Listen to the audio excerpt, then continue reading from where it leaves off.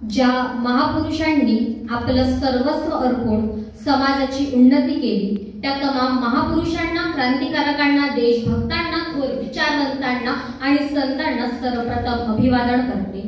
ग्रामीण युवा साहित्य संमेलना अंतर्गत चर्चेत उपस्थित असलेल्या सर्व मान्यवरांना मी कुमारी अवंती उमेश सिंगनजोडे सर्वप्रथम नमस्कार करते। मान्यवरांनो, आज आपण अत्यंत महत्त्वाच्या आणि तितक्याच गंभीर विषयावर चर्चा करण्यासाठी येथे जमलेलो आहोत। नैराश्यमय युवा पिढीतील व्यसनाधीनता, एक प्रश्न आणि अनेक उत्तरे। या संदर्भात प्रसिद्ध लेखक वपू काळे यांच्या काही ओळी आठवतात। ते म्हणतात, कोणी कसं दिसावं यापेक्षा कोणी कसं असावं याला जास्त महत्त्व आहे, पण हे शक्य नसेल तर कोणी कसं नसावं याला तसं नक्कीच महत्त्व आहे। म्हणजेच आजचा तरुण कसा दिसावा यापेक्षा तो कसा असावा याला जास्त महत्त्व आहे, पण हे शक्य नसेल तर आजचा तरुण व्यसनाधीन कसा नसावा याला तसं नक्कीच महत्त्व आहे। असं म्हणतात, आजचा तरुण हा राष्ट्राचा आधारस्तंभ आहे। तो स्वप्न बघतो, नवीन गोष्टींची निर्मिती सुद्धा करतो, पण याच तरुण शक्तीचा एक मोठा भाग हळूहळू नैराश्य आणि व्यसनाधीनता या अंधाऱ्या गर्तेत ओढला जात आहे। हा मोठा प्रश्न आणि आव्हानही आज आपल्या पुढे उभा झाला आहे।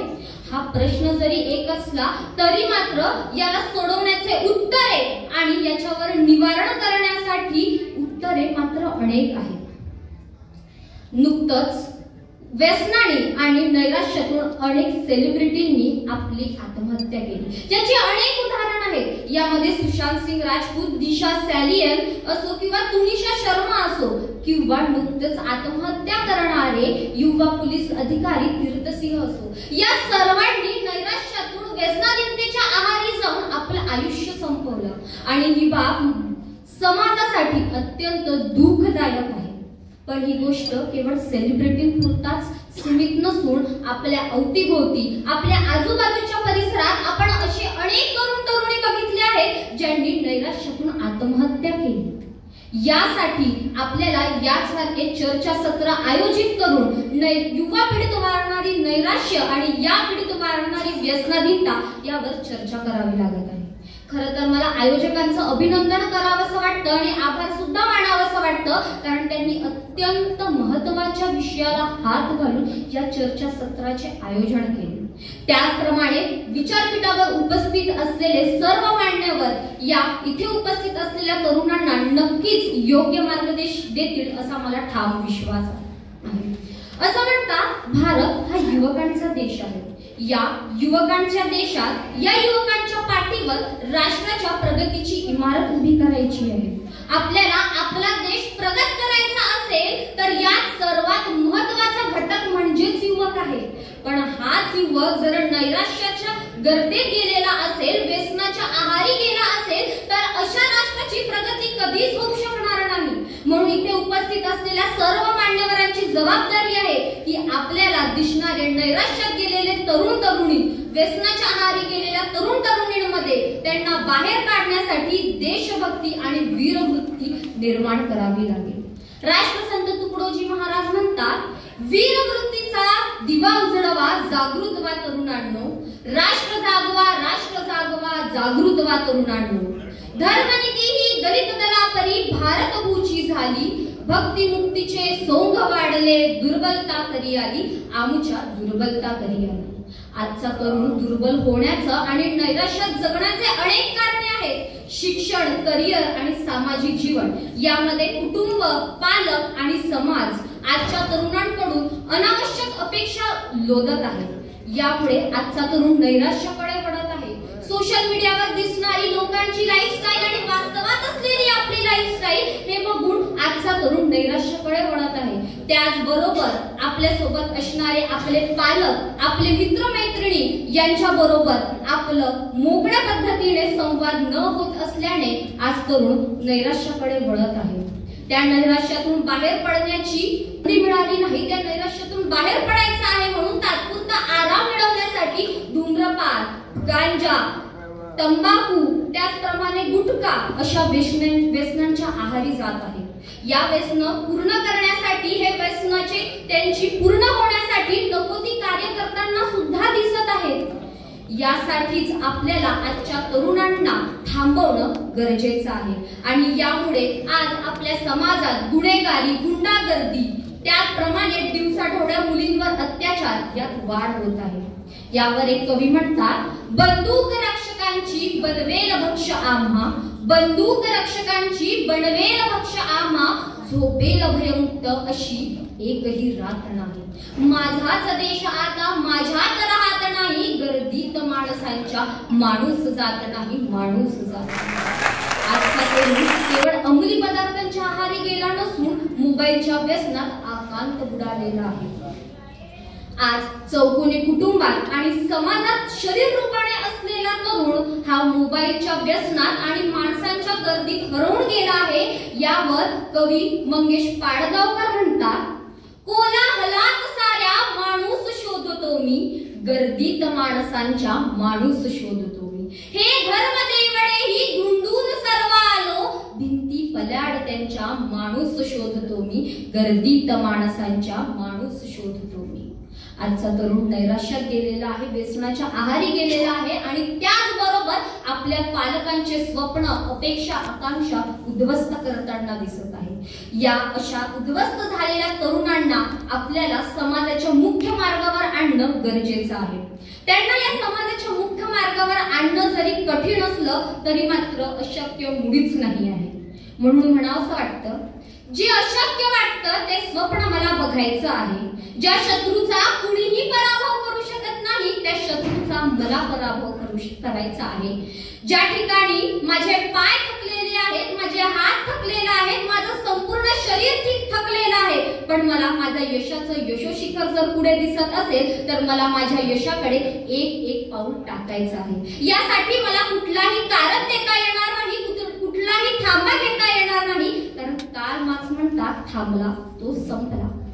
आज तरुणांपुढे अनेक आव्हाने आहेत. त्या आव्हानांना स्वीकारून, त्या आव्हानांना न घाबरता, त्यांच्यापासून न पडून जाता, व्यसनांच्या आहारी न जाता आजच्या तरुणांना त्या आव्हानांना हसत स्वीकारणं गरजेचं आहे. आव्हान माझे तुम्हाला चालून या माझ्यावरती, धैर्याची कट्यार माझी पांजडेल तुमच्यावरती.